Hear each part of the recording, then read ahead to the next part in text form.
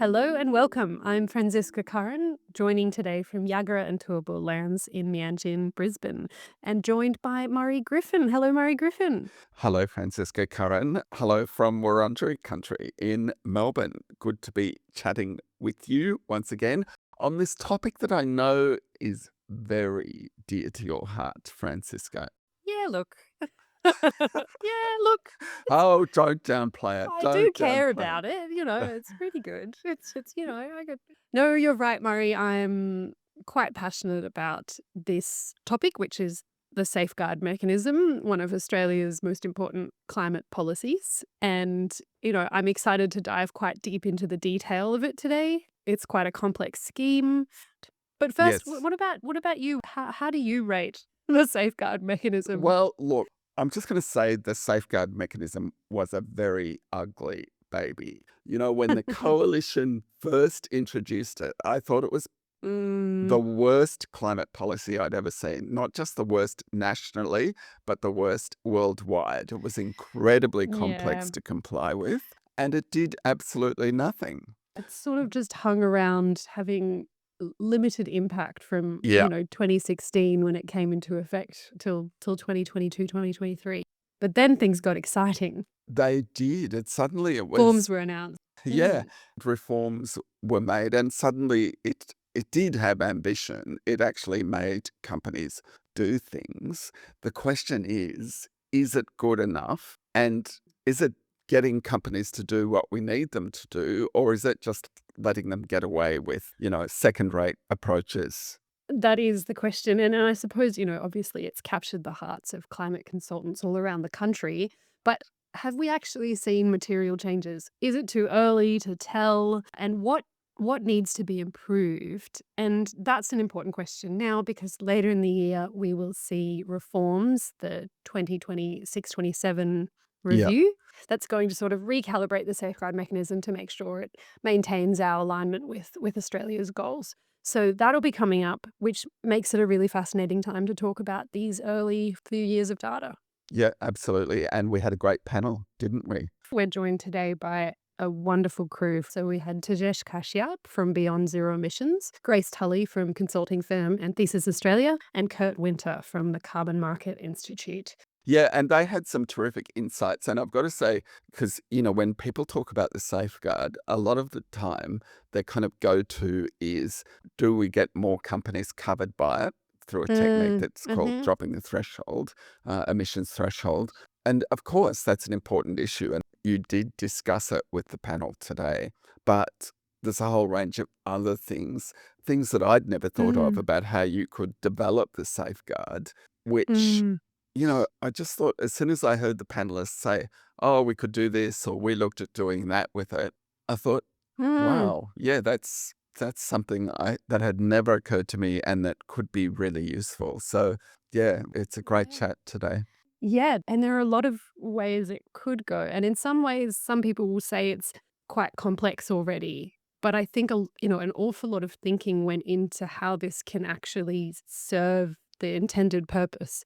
So there is complexity, there is nuance, and therefore there's a lot of ways it could be tweaked as well, which just make it even more complex to sort of model and understand the implications of. Yeah, and yes, so a couple of things. It's not a spoiler alert, I don't think, but two things that I really thought were absolutely intriguing. One was about the connection between the safeguard mechanism and some other schemes, and also a particular way of broadening the scheme that had never occurred to me that also cropped up in today's episode, which I thought was really interesting.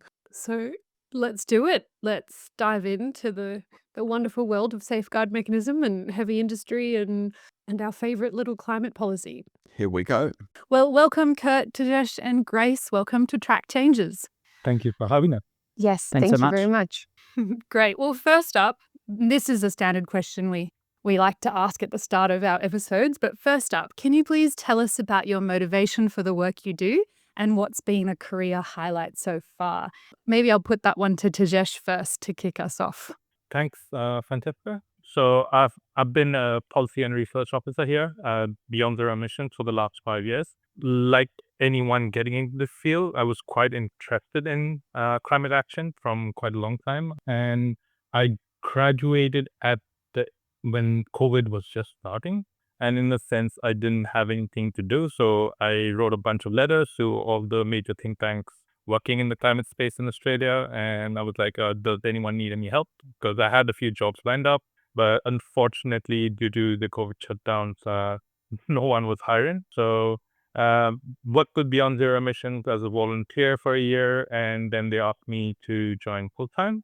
I'm mostly quite interested in the hard to abate sector, and that's where most of my thinking goes to. Wonderful. Thanks, Tejesh. Maybe over to you, Grace, next. Thanks, Franziska. Thanks, Murray. I am a principal consultant at Anthesis. I've been with the company for about 5 years now, and in that time have done a lot of carbon accounting, which is not always the most interesting work and potentially not the most motivating work, but I think what is exciting and what comes out of those carbon inventories is where some of the really interesting climate change related work happens. In analyzing companies' carbon inventories, looking for opportunities to improve efficiencies and to decarbonize. And it feels like the first step in sort of the pathway to getting us towards a net zero world. And I think that's really the most motivating part of the job. Wonderful. Thanks, Grace. And finally, Kurt, what's been a career highlight for you? And tell us about the motivation for the work you do.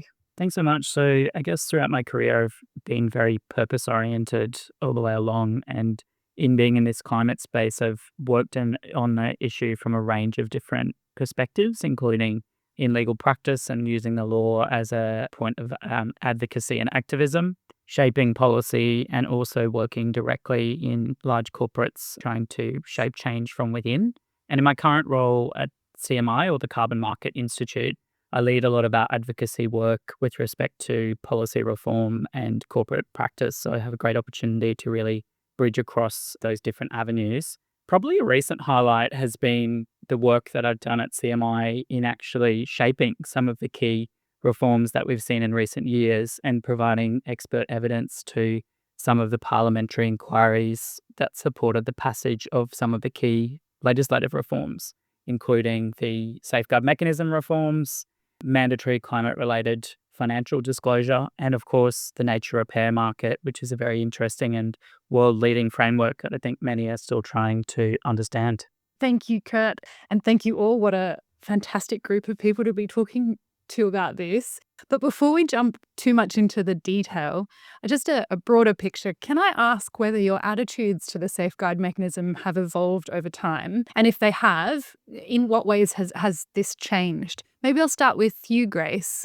Yeah, definitely. I think at the end of year 2, I may be slightly more pessimistic at this point in time than I was a year prior with the results of year 1, and perhaps even more so than a year before that at the beginning of the reforms. But I'd emphasize maybe only slightly more pessimistic. I still think that the design of the scheme has heaps of potential, and I think its alignment with sort of a traditional emissions trading scheme in many ways sets it up for success to some extent. But I think generally at the completion of year 2 and looking at the results across year 2, we're just not seeing a huge amount of actual emissions reduction, which, occurs within the fact it has only been 2 years of the scheme, and significant carbon abatement projects take a long time to implement, and it's a big planning process and, lengthy, complex pipeline, which is very understandable. But we know that a successful emissions trading scheme requires a pretty high carbon price to really incentivize those large carbon abatement projects and to kick that pipeline off, if you will. And we maybe are not quite at the point that we need to be now to be seeing those big, large-scale emissions reduction projects operational in 5 years' time. Thanks, Grace. We'll be getting more into that shortly, but maybe I'll kick over to Kurt on whether your attitude to the safeguard mechanism has evolved over time and in what ways. Yeah, I think my attitude has definitely evolved. I think, going into the reform safeguard, we did all have that expectation that the safeguard mechanism in its reform state would be an important driver for industrial decarbonisation. But of course, it is sitting amongst a range of other important policy and market signals. And so for me, looking forward to the review this year, I think it will be a critical opportunity to understand whether the market design can be strengthened to provide some additional incentives and actually bring forward some of those at-source emissions reductions at the industrial facilities.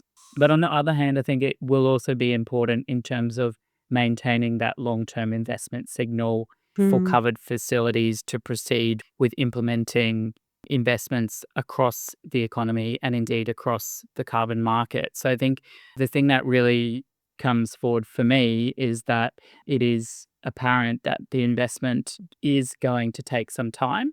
And so it's important to both support that investment, but also have a mechanism to actually have some abatement invested in now in that intervening period through the Australian carbon market.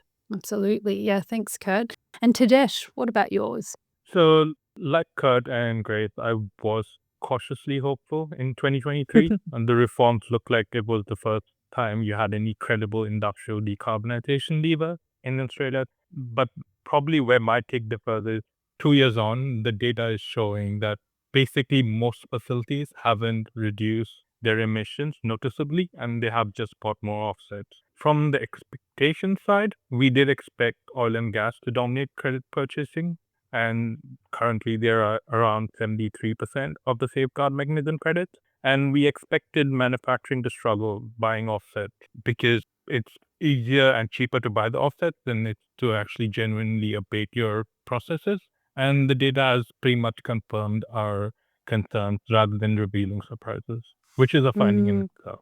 It is a finding, and we do have more questions on this. And I suppose I think what this points to is it is early days. And for me, there was an awful lot of excitement in the announcement that, there would be changes and we would see a ratcheting down of these baselines of the safeguard mechanism. We would see change. And I guess we do have to keep reminding ourselves it is early days. Year 2, realistically, how much could have happened. And I liked your point, Kurt, as well about the longer term signal and that are we heading in the right direction. But let's dive just a little bit more in that, we've only got 2 years of data. What has been happening behind the scenes in 2 years? What could realistically have been expected in decarbonisation activities within these large facilities? What did we expect? Maybe, Kurt, did you want to paint a bit of a picture on your thoughts on this one? So I guess given that we are in the early years of the scheme, we do need to recognise that there is a transitional element to the way in which it is ratcheting up in order to actually ratchet down those emissions. So it's not necessarily as simple as setting the scheme up and then in year 2 saying, why haven't these organisations decarbonised? One aspect of that really does come into focus in this year 2 is around the headroom in the scheme. So that's where there's additional space in the scheme that needs to be actually reduced down so that there is an effective compliance driver. And I think one of the positive things that we're seeing in this second year is that there has been a material reduction in the headroom in the scheme, which means that for this compliance year, it's the first year in which total covered emissions were higher than the baselines in the reform safeguard mechanism. And that's where the key market driver sits for that on-site decarbonisation, but also for entities' engagement with the carbon market. It's what's actually driving them. So in the first year, we didn't see that because there was still headroom. But in the second year, we are starting to see that tension play out. And I guess it's not really surprising that entities didn't necessarily do as much on the on-site decarbonisation side, because we also have to recognise that those projects that companies might be planning to bring forward will take time to actually implement and to bring online and deploy. It's also important to note that the decision these companies are making is not just a decision about the marginal abatement cost and the cost of ACCUs. Companies are indeed weighing a whole range of complex decisions about what they invest in. That's ultimately about the company's value in market. And it's also a little bit about the the broader policy environment. So on its face, I think it's positive that we've seen some progress both in net and gross terms. We obviously do want to think about how that can be strengthened, but there's a range of different dimensions that are really driving that, and we have to look at it in a holistic way that considers both the scheme, the broader politics in terms of long-term Mm. investment certainty, but also the commercial realities on the ground in terms of those decisions the companies are making. And maybe I'll pass over to Grace. What are your thoughts on this one? And in addition, maybe also talking to the headroom discussion that Kurt raised as a positive trend. Thank you, Francisca. I completely agree. I think headroom is probably the number one thing that we all go to look at in the data when it's published every year. It's sort of our early measure of success and what we really would have been looking at from the get-go with the safeguard reforms. I guess to quantify, put some numbers behind what Kurt said, in FY23, so the last year of the former version of the safeguard mechanism, just 18% of facilities faced an emissions exceedance. So their emissions were above their baseline and they needed to match that value with ACCU surrenders. In FY25, that's gone up to over 70%. So that really speaks to the fact that the ratcheting down of those baselines has been successful. The shift of those baselines in sort of their former calculated versions towards the production adjusted value has also been pretty successful. Is it successful across the board, across every sector, for every different facility configuration? Perhaps not really, but within the constraints of the scheme itself and sort of the political appetite, I think they've done a pretty good job of reducing headroom, and it is looking successful right now. But I think it is an interesting question to ask going forward, because in some ways headroom can be a good thing because it indicates that a facility has reduced its emissions. So, there are certain facilities this year that generated safeguard mechanism credits for the first time. They faced a liability in FY24, and some of those facilities, their baselines reduced by the default decline rate, but their covered emissions reduced drastically by a far greater magnitude, showing there was some sort of decarbonisation activity on those sites. And in those cases, that's pretty good headroom and headroom that we like to have. Over to you, Tejesh. What are your thoughts on realistic or expectations within these first 2 years of safeguard reform data? My take would be that the safeguard is working as it's designed, but it's probably Mm. not working as, like, if our fundamental question is Australian heavy industry actually cleaning up its act, or are these companies, because if you look at the 2.4% covered emissions that are down, that's claimed by the clean energy regulator, we need to put a bit more nuance on where this emissions reduction is coming from. And it's Mm. basically like thinking about, like, okay, you stand up on a weighing scale and then you see you dropped 5 kilograms in weight. But that's completely different if you had like a stomach bug for the last week and then you haven't been eating enough food. So if you look at the stomach bug analogy, and if you start looking into where a lot of these emission reductions coming from, we've identified quite a few of crisis facilities. For example, the Mm. Grosvenor coal mine lost almost 1 million tons of, and that came just because of a fire that was in that coal mine. And similarly, other facilities such as Alcoa Konana, which first initially curtailed and then completely shut down. And you also had the 3 BHP Nickel West facilities, which are currently suspended.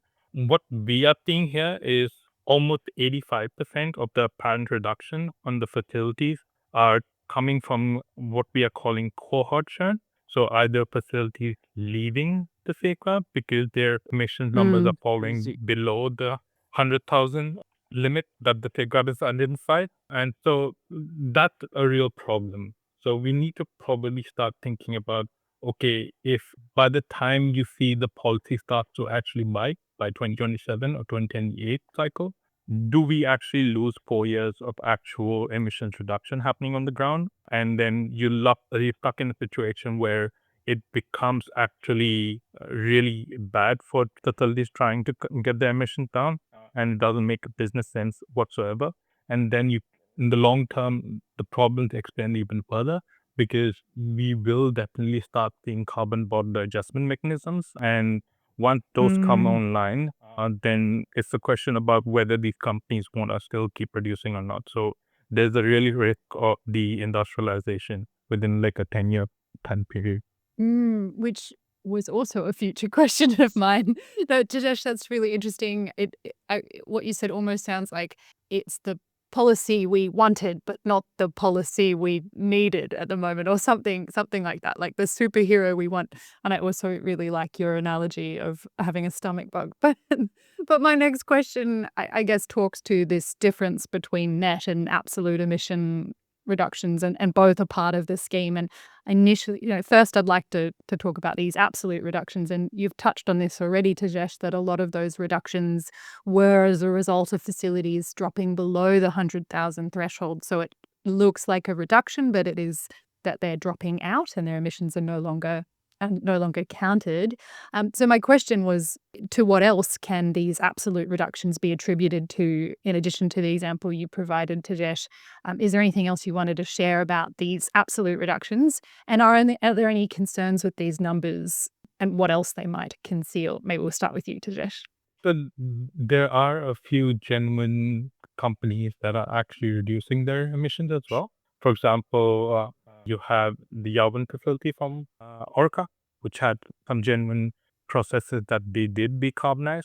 But at the same time, you also have quite a few big gas facilities which are claiming credits and generating credits and reduction of emissions through some form of carbon capture and utility.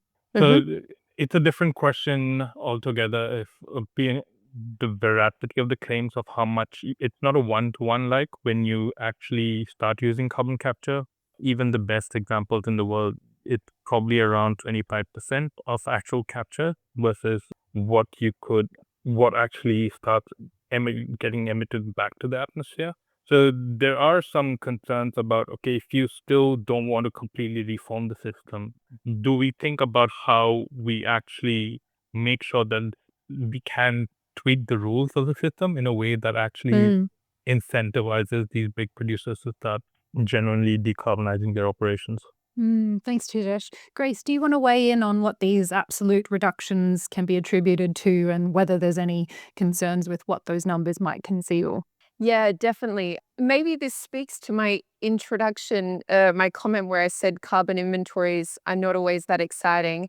Perhaps that was a completely incorrect statement, and they really are, because I think what we see, particularly in the case of oil and gas and coal mines, as well as Tejesh mentioned, their carbon accounting mechanisms are sometimes quite oversimplified. These emission sources that are dispersed over a large area in the case of oil and gas extraction operations and open cut coal mines under the National Greenhouse and Energy Reporting, the ENGA scheme. There's sort of a series of calculation estimate kind of methodologies, if you will, and they go from the least complex to the most complex methods, with method one being the lowest complexity method. And what that sort of means in practice is that there are very few inputs into the calculation which are site-specific, and instead there are sort of default prescribed factors that are based on broad industry averages. And in some cases, has been proven that the figures that are calculated using these defaults are not necessarily reflective of the actual on-site emissions, particularly when it comes to methane emissions. The impact can be disproportionate because of the high global warming potential, and there's been research done, and it's an expanding area in Australia regarding satellite measurements not aligning with the estimates that we see in our spreadsheets that are calculated. So when it comes to looking at a lot of safeguard mechanism credits being generated by the oil and gas and coal sectors in particular, and these seeming emissions reductions that don't necessarily align to any on-site abatement activities, I think questions are asked as to the accuracy of the emissions calculations themselves and whether we're actually seeing a reduction in emissions or whether the estimates are just different over time due to the various factors being used. Super interesting. Carbon accounting, it doesn't sound that exciting, but it is hugely important, isn't it? Very, very important. And there are changes, as you say, to how these measurements are being made. Maybe over to you, Kurt, about this absolute reduction question and what these high level numbers really mean. And maybe if you also want to talk to the issue of measurement and accuracy. Yeah, so I think reflecting on what the data shows from year 2, I think we do need to couch our commentary and observations in the fundamental design that this is a production adjustment baseline design as opposed to an absolute reduction. And I guess at its heart, there is a tension within the safeguard in driving that particular outcome. I don't think it was ever really the policy intent to deindustrialize, and that's why I guess that particular model was preferred. But it does create obviously these risks that we're talking about in terms of being able to understand the decarbonisation outcomes at the facility and industrial level. And it really does call into question the need for a closer analysis of precisely what projects are being undertaken and also how those new facilities are being approved, actually, which was a major debate as these reforms were being brought through about the need for an appropriate climate trigger or something else to actually kind of assess the impact of the facilities themselves on the climate. Looking at the clean energy regulators analysis from the data, it is clear that they have started to do some of that work in actually analysing what's happening on the decarbonisation side of the market, which we didn't see as much of in the first year. But to be honest, it wasn't quite satisfying. And I think it's not really yet clear how that is going to be made more robust and how those insights are actually going to be used to actually reinforce the market. The Climate Change Authority has recently been consulting on the development of an evidence platform, and that's really to support a more accurate view of progress towards national targets, developing leading and lagging indicators. But interestingly, when you look at their consultation paper, it doesn't yet contemplate market metrics, which is surprising because the safeguard mechanism is being heavily relied upon across a range of different sectors in Australia's transition to net zero. And so I think the key challenge is really how do we develop better metrics so that we have a more accurate view of what's actually happening on the ground there. Thanks for that, Kurt. Or maybe we'll move on then to the question, to what extent do these early, absolute emission reductions, to what extent are these reductions attributed to the safeguard reforms and its design? What are your thoughts, Kurt? So again, I think it's really important that the safeguard is situated in the broader suite of drivers towards decarbonisation. It's important to recognise, whilst it does set an important market signal, it's not the only signal for those covered entities in terms of their investment decisions. As I mentioned earlier, there are a range of other key policies and indeed private sector frameworks that are playing a role here, including things like mandatory disclosure, the availability of public funding through streams such as the Powering the Regions Fund and Future Made in Australia, as well as state-based incentives and indeed the appetite of investors and expectations towards what these companies may or may not do. I think turning to the review again, it is an opportunity to think about how those drivers can be strengthened, but we do need to recognise that it's not a complete package and there will also be a need for complementary policies and capital to actually make that transformation come to life. Could I add here that the real test would be 2027, 2028 cycle when you have more baselines tighten even further and you'll have fewer credits available, and that's when we'll get a more clearer picture of how exactly has the policy worked, especially in the manufacturing sector. But given the examples I've talked about previously, is basically none of the actual reforms can be attributed to the early reduction that we're seeing. Grace, did you have anything to add on this one? Yeah, I think it's an interesting one. We see some cases where reduction that's occurring now might have actually been driven by the ACCU scheme originally, which sort of speaks, I guess, to the broader carbon market in Australia and the policy landscape. is changing over time and has done over the past few years and will continue to do so.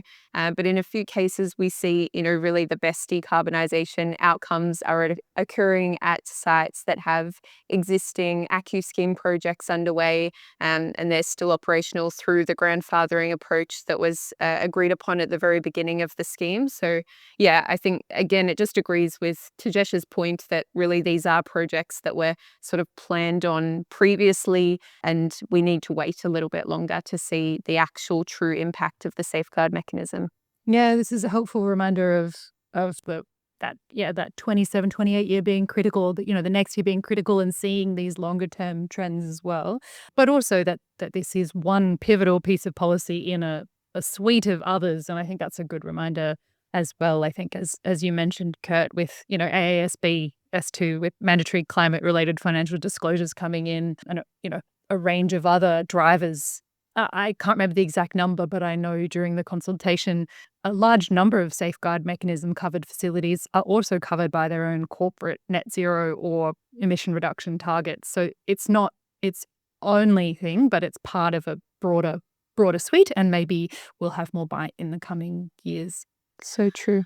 We've had some mentions of different sectors. We've had oil and gas and manufacturing, and obviously that's one of the big differentiators in the safeguard mechanism as it is reformed, is that manufacturing facilities can get treated differently, as well as trade exposed baseline adjusted status. So basically, if you're heavily exposed in a trade capacity and you're emission intensive, you can have an adjusted baseline. So I guess my question now is, in what ways are we seeing different sectors impacted differently? And, I hate the words, but are there winners and losers in these early days within the facilities? Maybe Tejesh, do you want to kick us off on this one? Okay, the winners and losers. The winners, obviously, the oil and gas sector. If you just look at the amount of credits they're getting back, they pretty much have over 70%, 70 or around 73% of the FMCs that were issued in the financial 25 year. They're also some of the most heavy credit users. And given the price shocks that we're seeing in the current fossil fuel sector, profits are super high, and this is going to keep going over the next year. That's what we think. And I would also like to comment that there is a real genuine disconnect between like how the oil and gas sector, they get the lion's share of carbon credits without actually greening their operations. And there is a certain loophole that lies in the relationship between absolute emissions intensity, and how these production variables were actually negotiated when they were put into the safeguard. The losers, obviously, manufacturing. Right now, you have two routes to actually genuinely making credit. Either actual decarbonization, which is super capital intensive, it's slow, and it might not show within the next year, even if you do start investing in, for example, a new electrified heating process. And the other way they can get or generate credits is to actually reduce their production baseline, which again sends the unit costs up and makes them financially less attractive. And this is not healthy for your sovereign capabilities or your regional jobs, where a lot of this manufacturing is concentrated on. Super interesting. Grace, what's your take here? Yeah, I completely agree. I think we see that in the facilities applying for trade exposed baseline adjusted status. They are primarily manufacturing facilities. And I think maybe one of the more concerning elements, which is not necessarily a surprise, but still concerning, is many, the vast majority of those facilities who are applying are getting the maximum treatment or the minimum decline rate, which is saying that the cost of complying with the scheme as a function of their total earnings is significant. And why I think that is so problematic is because these are the sectors that we will rely on for, our prosperity, hopefully into the future. In a net zero world, if we are not continuing to extract fossil fuels, then, these are the facilities that would wholly comprise the safeguard mechanism in that environment. So how can we help them to decarbonize while making sure that we're not forcing them to shut down is really very, very critical. Thanks, Grace. I mean, the fact that the provision for trade exposed baseline adjusted baselines exist, I suppose, is a very good thing, and maybe one for more consideration in the review. But maybe over to you now, Kurt, on this one and the different ways that different sectors are impacted differently. Yeah, I would absolutely agree that the trade exposure issue is a big one, and I guess at CMI a lot of our members have been thinking about that as a key focus for the review in terms of making sure that the settings for trade exposure are fit for purpose, given that it may be some time off before we're actually looking at a different scheme or one where we do have a more effective carbon border adjustment mechanism in place. I guess in terms of winners and losers more generally, we would probably think that it's a bit more nuanced than that. And some of the nuance comes around the sort of difference between new facilities and old facilities. So Hmm. new facilities may be more inherently more efficient, but could be more complex. So they may have less low cost decarbonisation options available to them, whereas older facilities may have a range of options, but there may be a lot of uncertainty about the costs of those investments, making them harder to progress. The other, I guess, nuance is around this sort of movement from the facility level baselines towards Industry the average. industry average one, and that does create winners and losers or variance between facilities within a given sector, depending upon when they might have made decarbonisation decisions in the past, for example. And that does play out in terms of how some of them are performing in these early years from past investments. So again, we do have to kind of recognise that it's a scheme that is in a kind of transitional period, and that does come with some degree of divergence in terms of how it's applying across the market. And I think further to that, just appreciating that we're dealing with very diverse sectors, very diverse facilities that all started from different starting points and ages. And, some facilities or some industries that inherently increase in emission intensity over time, and others which, have longer capital lead times. Like it is a complex scheme. Yeah, and I would say like parts of the scheme are deliberately in transition, so it's by design. Mm. But there's other parts that are, I guess, ingrained into its design, but do warrant particular attention. And we're thinking there around the sort of coverage piece in terms of once you fall below the 100 KT level, what Mm-hmm. happens to your facility, and do you Yeah. still have Yep. a Yep. driver to do those substantial investments? One thing you pointed to is when they drop below that threshold, what's an incentive to decarbonize, and should they have a greater connection to the scheme after that? But of course, the other one about the threshold is, should we lower the threshold to include more facilities, which obviously increases the administrative burden, but does that then have other benefits like in keeping these facilities within? Does anyone want to weigh in on this question around decreasing the threshold for what counts as a safeguard facility?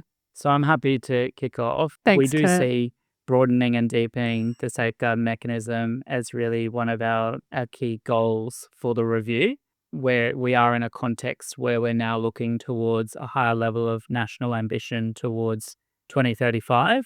And really the challenge for government is to think about how the mechanisms and schemes that currently exist can be adapted to a wider world of emitters without having to invent new approaches. Mm. This could also provide more certainty and consistency across Australian sectors, as I mentioned, particularly those ones that might be partially covered currently. So we do think there is merit in investigating it. And I suppose there's a question there on the complexity of the scheme in its current state, and some would argue its opaqueness in its current state, and whether that would continue. Maybe before I jump to Grace and Tejesh on that, is there anything else you wanted to add on that one, Kurt? I think that would be a key consideration for government about what it looks like for individual subsectors and entities. One of the things that has been considered somewhat at CMI is whether there's any kind of gain in moving the scheme towards an organisational construct rather than a facility one. And I guess in one Mm-hmm. respect, that would make the scheme perhaps a little bit more simpler to navigate, and it would also potentially unlock additional emissions that aren't accounted for when you're dealing with individual facilities. I guess the the con to that is it would be quite a material change. And so even though Mhm. we're kind of getting used to what is a rather complex scheme for industrial facilities, we would then be introducing quite a Something radical new. shift, Mhm. and this might not be the right time to do that. Perhaps I can throw over to Tejesh to talk both about the lowering of the threshold as well as maybe other changes such as to an organizational version. What are your thoughts there, Tejesh? I think it wouldn't be, and I would probably take the opposite stance and say it wouldn't be prudent to actually start lowering the baseline for facilities that are eligible under the TM, strictly Mhm. because of a few factors. For example, that you probably don't add too much of additional emissions covered when you start reducing the baseline from 100,000 to 250 to 25,000.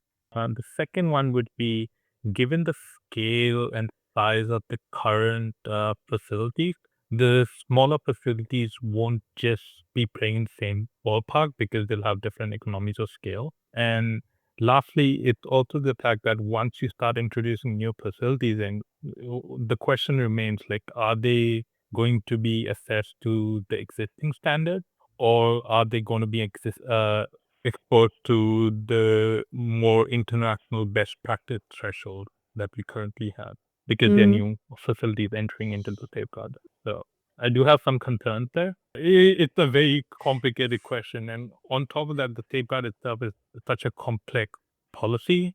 Do we actually want to start including all these smaller manufacturers into it? Or is it a separate thing altogether? Grace, what's your take on this one? Yeah, really, really interesting points. I would say I probably err on Kurt's side of the fence that I do think that lowering the threshold is a good idea to an extent, but agree with Tejesh that the overall addition to covered emissions is, it's not enormous, but, we have to expect that, I guess, from the fact that these facilities by nature are lower emissions facilities. I think the administrative burden point is an interesting one, and one that came up a lot during the initial reforms to the safeguard mechanism. At that point in time, I probably agreed that the administrative burden of, say, undertaking an emissions intensity determination calculation to figure out your historical emissions intensity for each production variable at your facility would be far too big of a complex task and resource intensive task for a smaller facility. But fast forward to now, I am maybe shifting away from that perspective slightly under the context of the Australian Sustainability Reporting Standards now rolling Mm. into play. We are just by nature of that new reporting requirement seeing that emissions reporting is more important and more resources are being invested into that area within facilities, particularly our larger emitting facilities that have more exposure to climate risks and opportunities both together. So I think that administrative burden is sort of, well, perhaps it's wrapped up into the broader administrative burden of the ASRS in Australia, but it Mm. means that there's more room for the safeguard mechanism to sort of leverage off that growth in pressure on having really good emissions reporting and being able to then sort of expand the scheme in parallel. And then maybe another point with that is, I guess there's a question as to reducing the coverage threshold, but perhaps alongside that, or maybe instead of that, there is also the question around the minimum baseline. Currently, the minimum baseline is sort of limited to 100,000 tonnes of carbon dioxide equivalent. And it means that you can have a facility covered by the safeguard mechanism with emissions, say, at 120,000 tonnes. And their calculated baseline might be far below 100,000, but Mm. because of that limit, it's capped and their liability is limited as such. And that can occur in a circumstance where that facility just has a really, really high emissions intensity of production, which raises a few questions as to sort of whether that is fair and equitable, both within their sector and other facilities within their sector who are captured by the scheme, but also other facilities within their sector who are not captured by the scheme. Definitely speaks to that sectoral wide equity question, and one that I hope will be Mm. looked at in the review.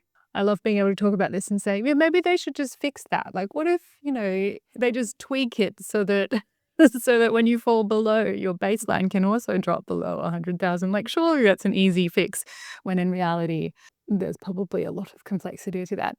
So let's move on now to the use of carbon credits, which is a core part of the scheme. And so that's moving from this absolute reductions to what we call net emission reductions. And the latest data shows that Safeguard covered facilities used more than 13 million carbon credits, mostly Australian carbon credit units or ACCUs, to meet their Safeguard obligations in the last financial year. Is this a good thing, a bad thing? Neither good or bad, shouldn't be subject to such labels. Curious to hear your thoughts. Maybe we'll start with you, Kurt. I'd probably say neither good nor bad, just because we're at such an early stage in this reform of the scheme. I do think it's important to recognise that the carbon market plays a necessary role in the scheme, and it's not necessarily a strong indication that a company is not planning to make material decarbonisation investments if they have been engaging with the carbon market in these early years. So a couple of examples of that is, if there are solutions that are ready to go on the shelf, they may take time to implement, and other solutions may not even be commercially or even technologically feasible at this early stage. As we know, with some of these sectors, there is a reliance and a interconnection with the decarbonisation of the electricity grid. And so the market plays that important role in this intervening period in ensuring that we are still getting investment in a predictable way towards meeting Australia's interim reduction targets, whilst also providing that longer term signal towards some of those more capital intensive investments. Absolutely. Maybe over to you, Tejesh, on this one. Like Kirk, I'm probably it's in the neither category, but I would like to highlight like the volume of the amount of credits that are being used is probably something we should definitely look at. If you look at the amount of offset surrenders, it's about like 50% year on year increase from last time we had the safeguard data release.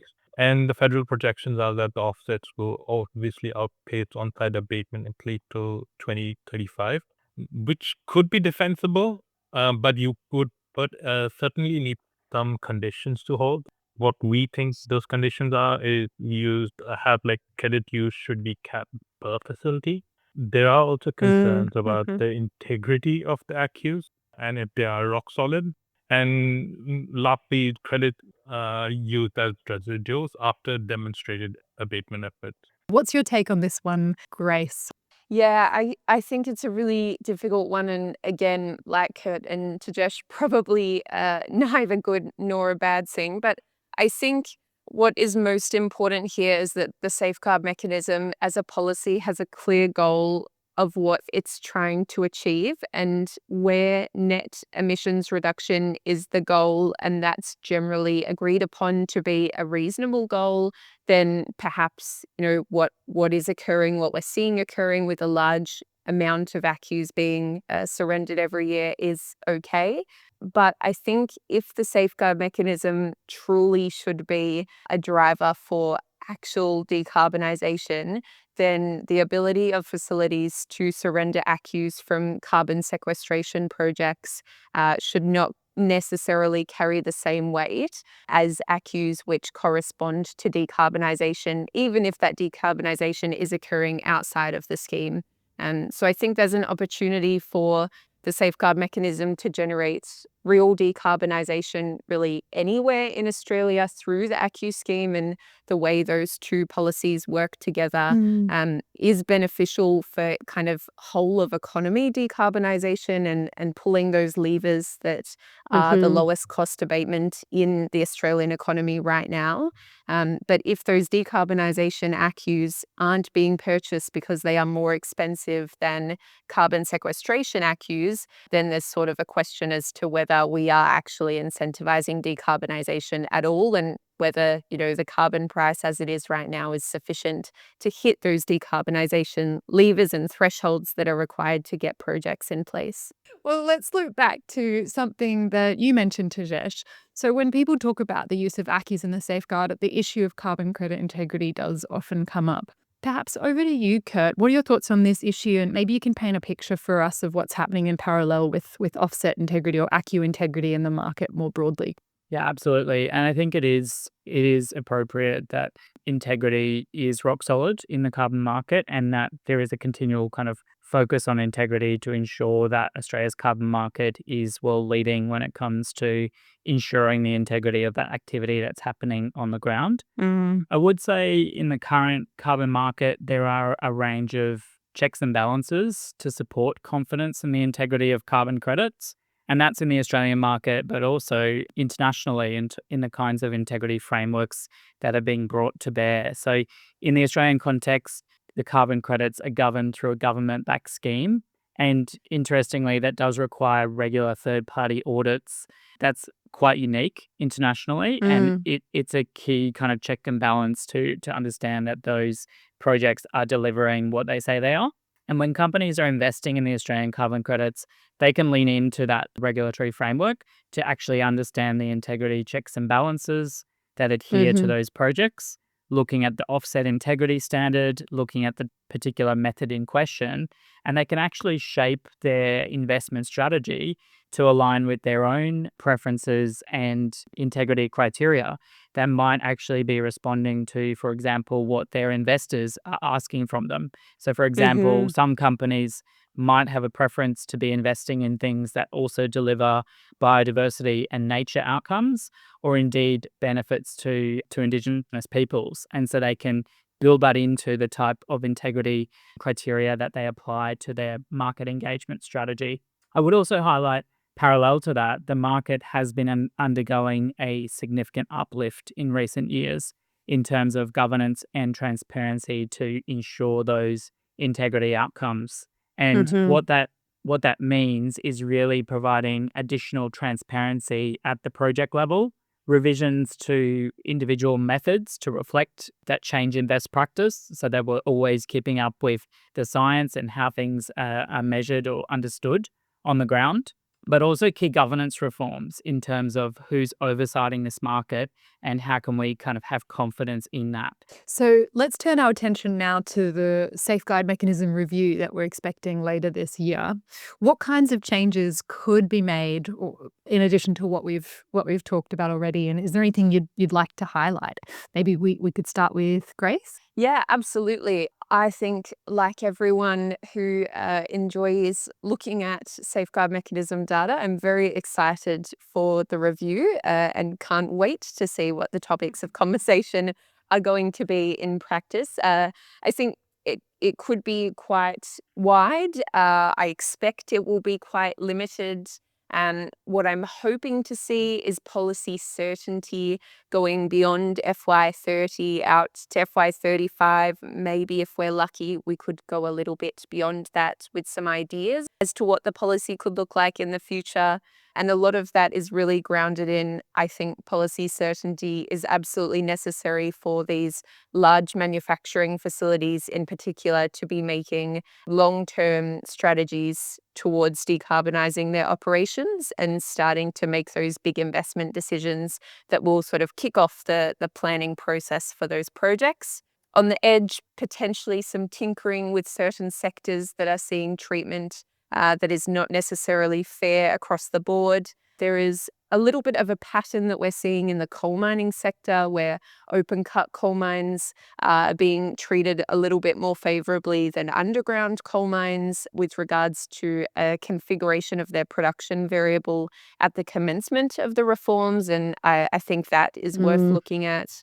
And then also just a few, maybe a look into the success of some of the supporting measures, trade exposed baseline adjusted status, multi-year monitoring periods, the borrowing adjustment, and anything else which is sort of sitting alongside the scheme and providing different situations for certain facilities, just wanting to make sure that those are equitable, but also achieving their purpose while still supporting the broader purpose of the scheme.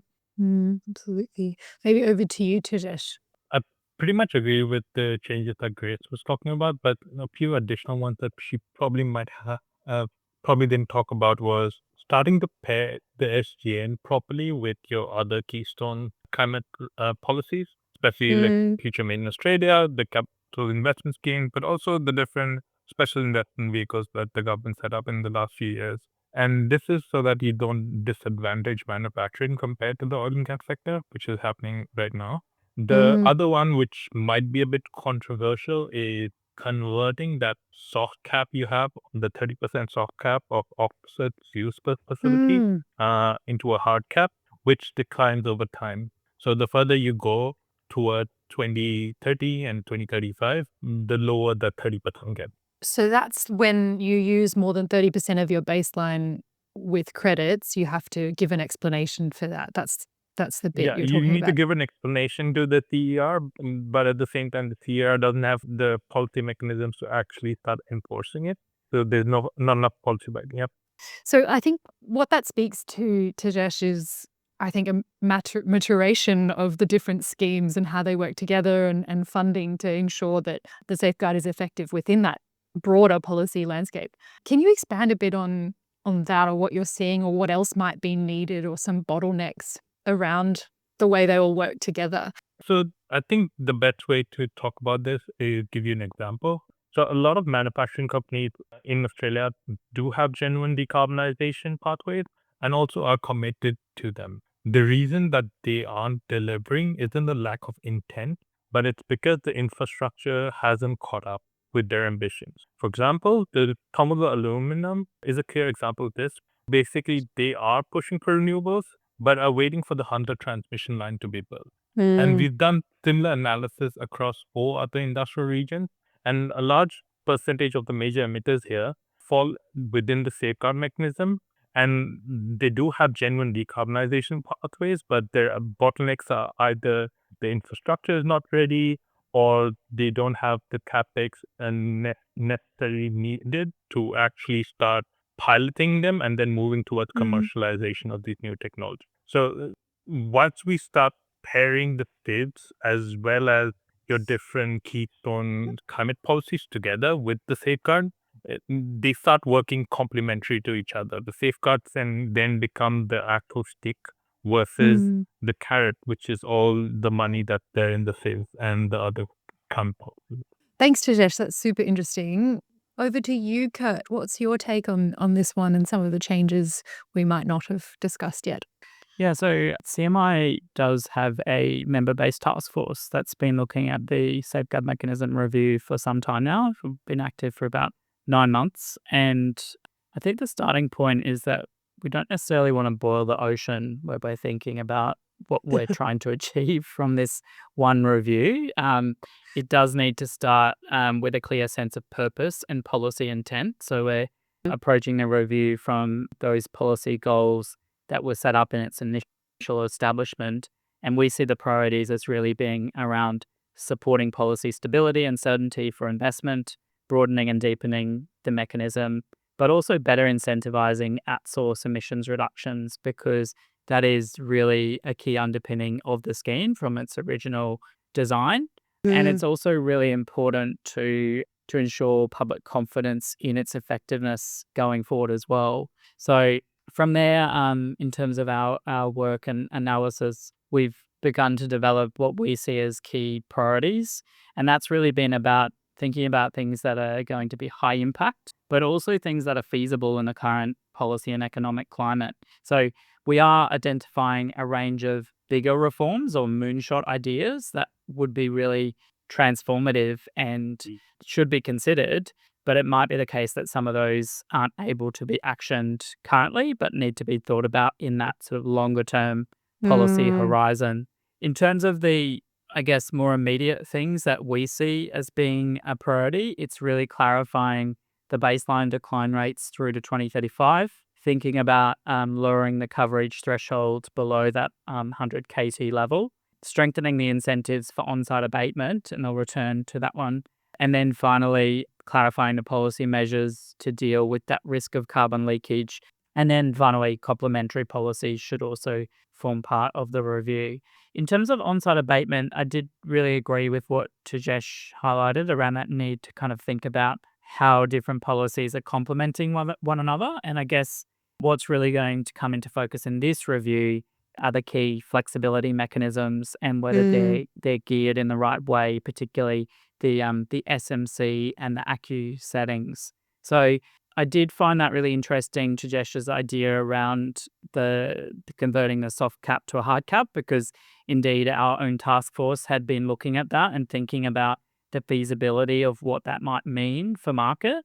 But I guess some of the risks in that are that particular entities may not actually have an immediate solution available or indeed have access to public funding. So I guess when we're thinking about limits to ACCUs, we also need to think about the potential impact to the industrial sector if they don't have another option. And then there's also the potential negative impact on the market as well that is really needing some degree of investment certainty to continue to develop that pipeline of projects for use in market. So I guess we've just been thinking about it in terms of how could you cut this in a different way. And some of the ideas that have been percolating is around perhaps approaching that hard limit more as a beyond a certain threshold, could an ACCU be discounted, in which case it's actually creating an additional incentive, but it's not necessarily limiting your options. It's just making it more challenging for you to kind of use that as an avenue. And then the other option we've been thinking about is with respect to the SMC, just thinking about how it could potentially be recalibrated in different ways to actually drive a higher level of ambition. And one of the ideas we've been thinking about is, could the SMC be aligned with a kind of stretch ambition? We do know that we've got this national target that is set at a range, 62 to 70%. And the question is, could the SMC crediting be aligned to a certain level below the baseline so that you're actually driving a higher level of ambition from those facilities in order to be credited? Right. So those are some you're of the not things generating credits unless you're sort of at the leading That's right. edge of our Yeah. decarbonisation. Yeah. Interesting. There are just so many options. We'll definitely be excited to hear the discussions later this year. Thank you so much, Tejesh Kashyap, Kurt Winter, and Grace Tully. Really appreciate your time today and all your insights. It's been a pleasure. Thank you so much for Thank having you. us. Thank you for having us. Thank you. Well, Murray, did you enjoy that half as much as I did? Yes, I learnt a lot, Francisco. I thought it was terrific. A great chat. Such a good panel. So insightful and different perspectives. Yeah, really appreciated it. Yeah, there were a couple of things that stood out for me.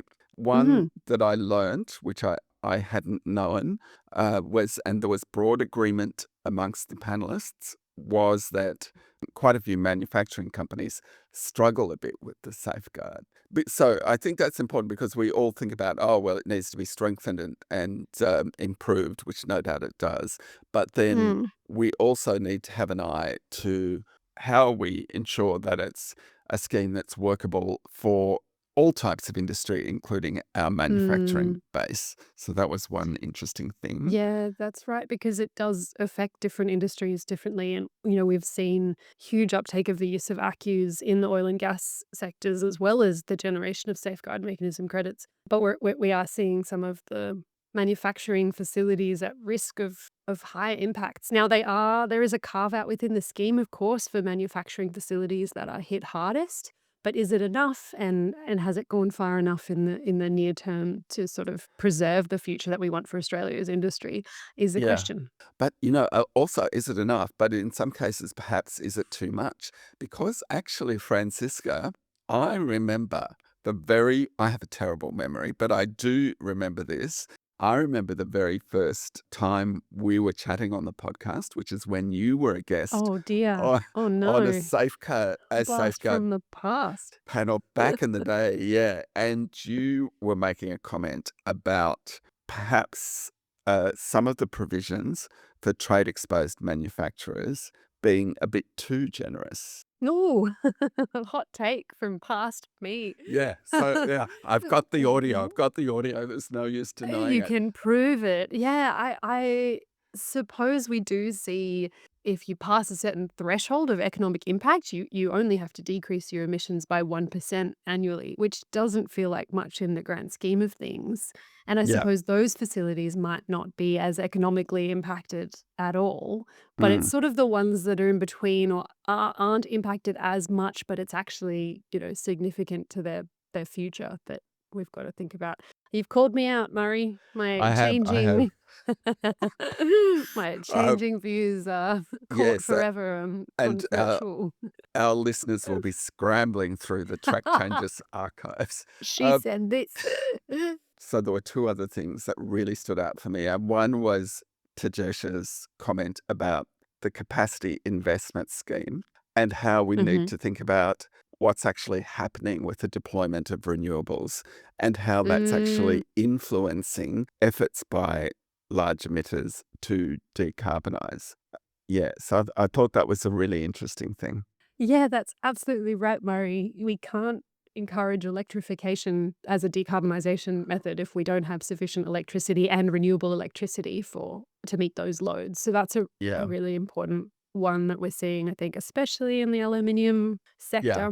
The other thing that sort of stood out for me, or that I was really intrigued by, was Kurt's comment about how they'd commissioned research on what would happen if the safeguard applied across current organisations, not just to particular facilities within those Mm. organisations. So, yeah, currently it applies to 215 or so facilities, and they looked at, well, what would happen if covered all the emissions of the organizations that own Mm. those facilities? That's right. So instead of a physical boundary at a facility, it's an organizational boundary, which is more in line with, is in line with other global frameworks for target setting, for example. You don't necessarily set it on a, one facility, manufacturing facility basis. You might look across a whole organization. That is an interesting one that would be a very complex change to make. Yeah. Yeah, very interesting. What about you? Having led this panel through the discussion of all things Mm. safeguard, what did you think about it all?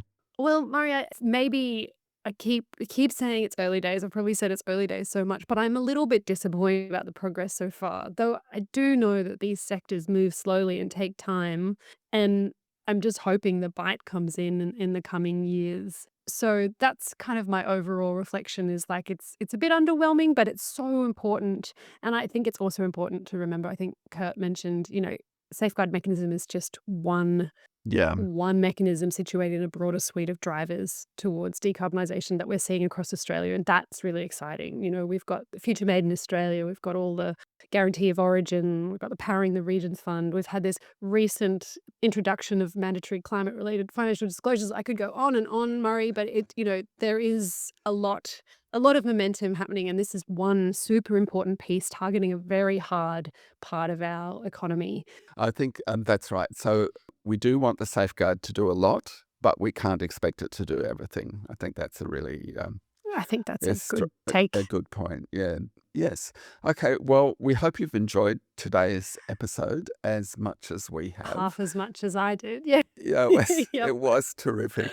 And full circle, Francisca, from your first guest appearance Original, on a yeah. safeguard panel to leading a safeguard panel this time around. And look, if you enjoyed today's episode, stay tuned. We've got another really good Track Changes episode coming up in a week or so, haven't we? Our embodied emissions episode. Overhaul of the track changes East Wing, I think, is what our Yes, listeners will get to enjoy. that's right. We have demolished the east wing of the Track Changes podcasting studio, and we're getting some pro bono help on how to do a environmentally benign renovation. So stay tuned for that. And we've got another podcast as well, haven't we, Francisca? That's right. Over on our Earthed platform, we have weekly climate and sustainability news from around Australia in a short, punchy, hopefully interesting, quiz-filled 30 minutes of your morning. And thanks, as always, to two other people who make this podcast possible, Sophie Sedaris, and the co-founder of Earth News Media, Chris Dancy. That's it for today. We'll see you next time. See you next time.